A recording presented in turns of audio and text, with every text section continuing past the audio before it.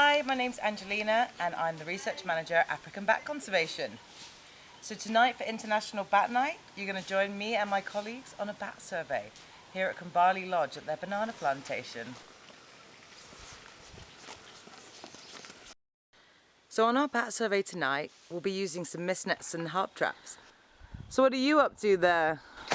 We just finished to put up our mist net pole and want to choose the mist net to use. So when picking where to put up your mist net, a really good thing to look out for is to have trees either side so that your poles can actually blend in to the surroundings around you. And then the other key thing we're looking for is having some kind of canopy cover above us.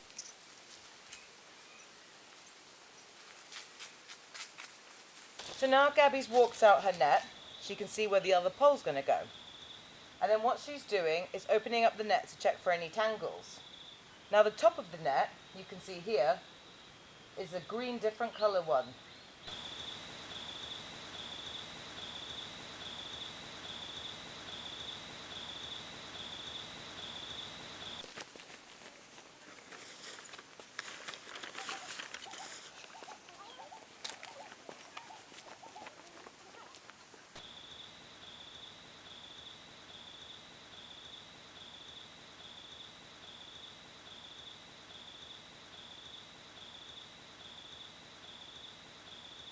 Now there's quite a few ways you can set up a harp trap. Today I'm going to be using a method I prefer when doing it and when I do it alone.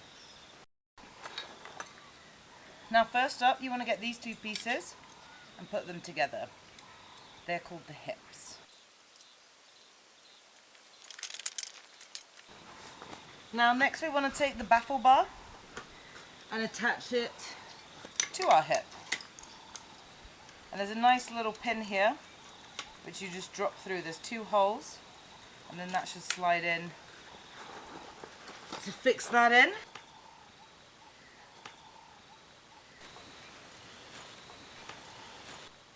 After that we want to get, now I'm not sure if it's the right term, but I always call it the arms, and they need to go in the top there.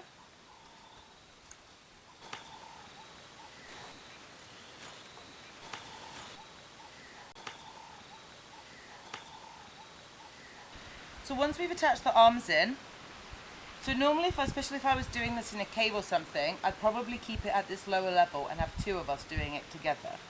Now because what I'm doing this on my own right now, I'm going to just grab two of the legs and attach them from now, and then actually that's going to give the trap some stability.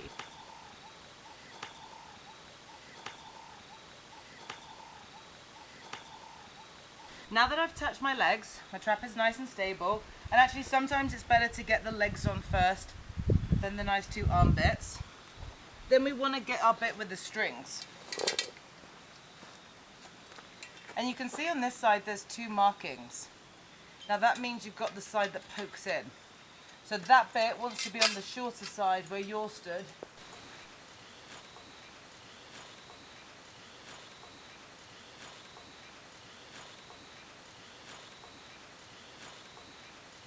And so now what I'm going to do is put my other set of legs on.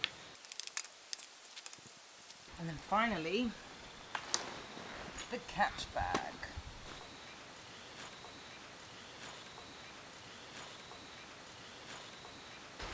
And you just want to tie the catch bag to the legs, which also gives it a bit of extra security.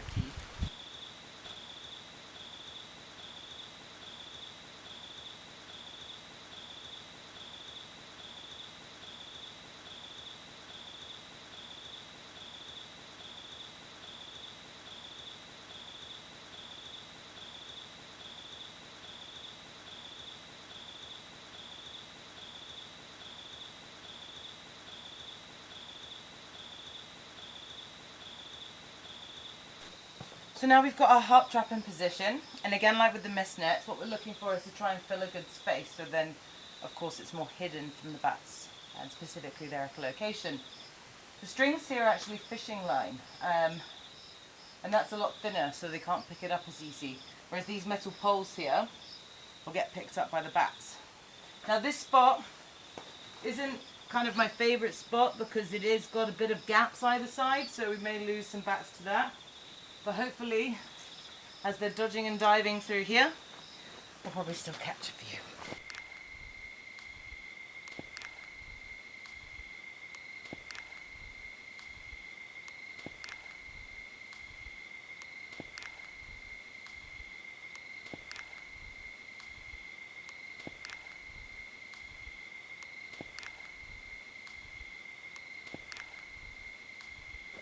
So now we're going to set up our SM4 so that when we release bats, we're able to pick up some echolocation calls.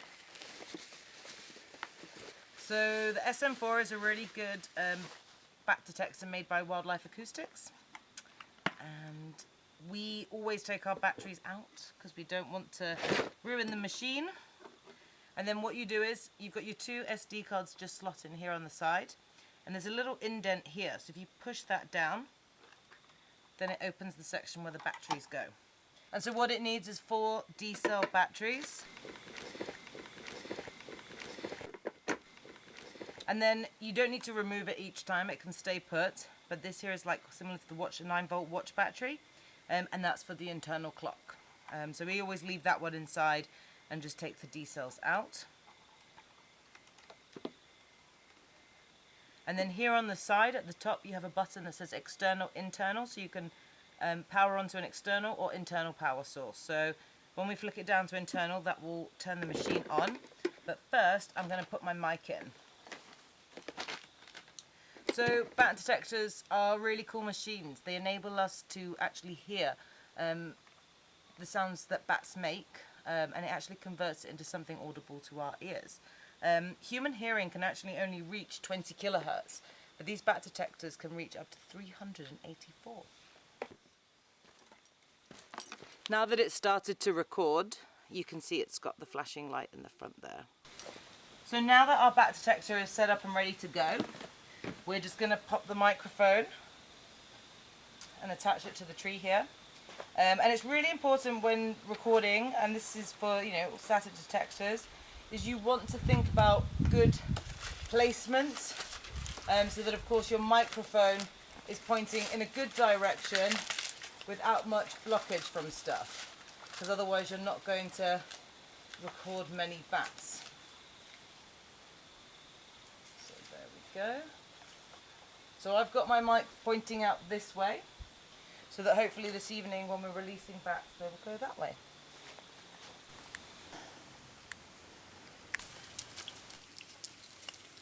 Hi guys, my name is Molly. I am the Senior Research Assistant here at African Bat Conservation, and today I'm going to be taking you through some of the kit that we use to collect biometric data. So these here are Pasola scales. We use them to weigh the bats while they're in the bag in grams. So we have a few different types that vary from 10 to 300 grams, and we use different Pasolas depending on which type of bat species that we catch, because some bat species weigh 3 to 4 grams and others can weigh over 200 grams, so you have to have different ones to get an accurate reading. So here we have the calipers that we use to obtain more biometric data from the bats that we catch. So these calipers go down to the millimetre, but also the decimal of the millimetre, so we get a really accurate reading. So we use these, there's the small edge here and also the large edge here.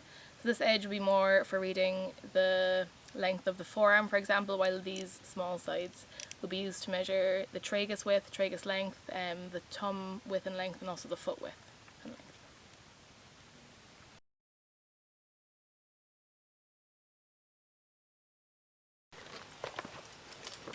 First bat of the night. So first I'm measuring the forearm. I do this by opening up the calipers and then measuring from the elbow to the wrist. And it is 38.6. Next I'm going to measure the thumb, which is 5.9. Ear width 7.8. So what we have here is a free-tailed bat. So I'm just going to check the wing, as we can see here. So bats have elongated finger bones and a thumb free at the top there. So I'm just going to check the knuckle joints to see if it's an adult or a juvenile. Subadult, so probably from this year's young. Let's turn it around and have a look, and we have, it's a boy bat. So they have white bellies. Now this one's a bit greyish white, so I'm thinking little free-tailed bat. And then they have a darker colour on the back there. And they have really wrinkled lips.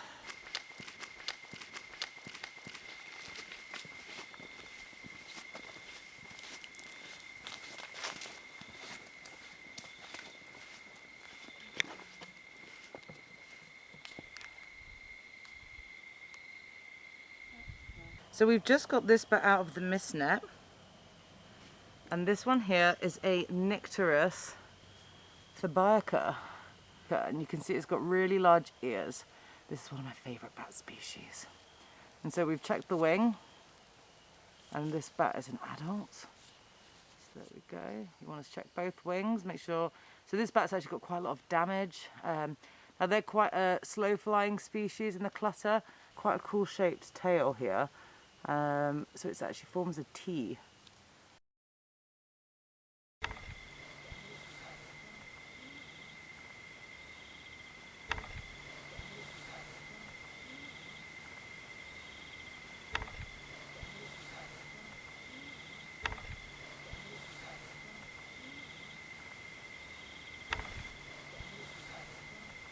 So here I have a dark winged lesser house bat.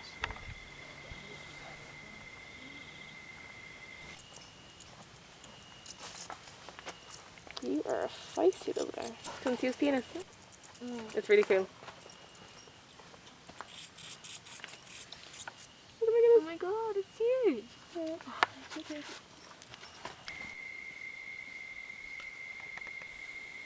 So here we have a banana pipistrelle bat.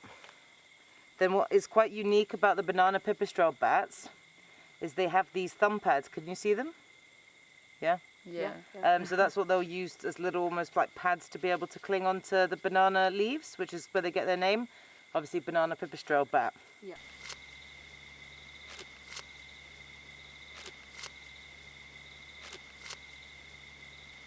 This is Myotis bocaji. So this bat is a lot more orange in colour, and has the different shaped tragus, typical obviously of the Myotis bats, which is short, long and pointy, and projects.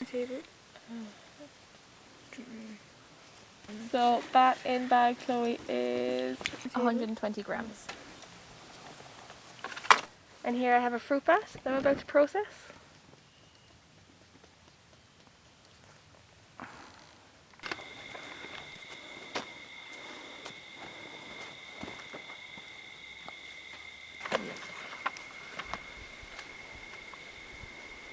Ten point four for the foot line. One of our fruit bats we get over here. Very pretty.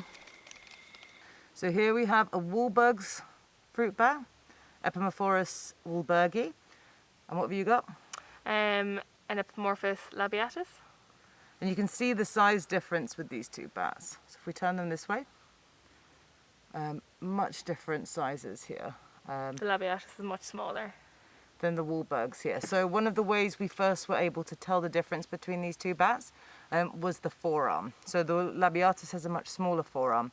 And then once we established that this one was not a labiatus, what we actually had a look at was the palatal ridges, because the palatal ridges of the Wahlbergs and Crypteris are quite different. So we were able to distinguish that this here is Wahlbergs. I'm going to release this bat.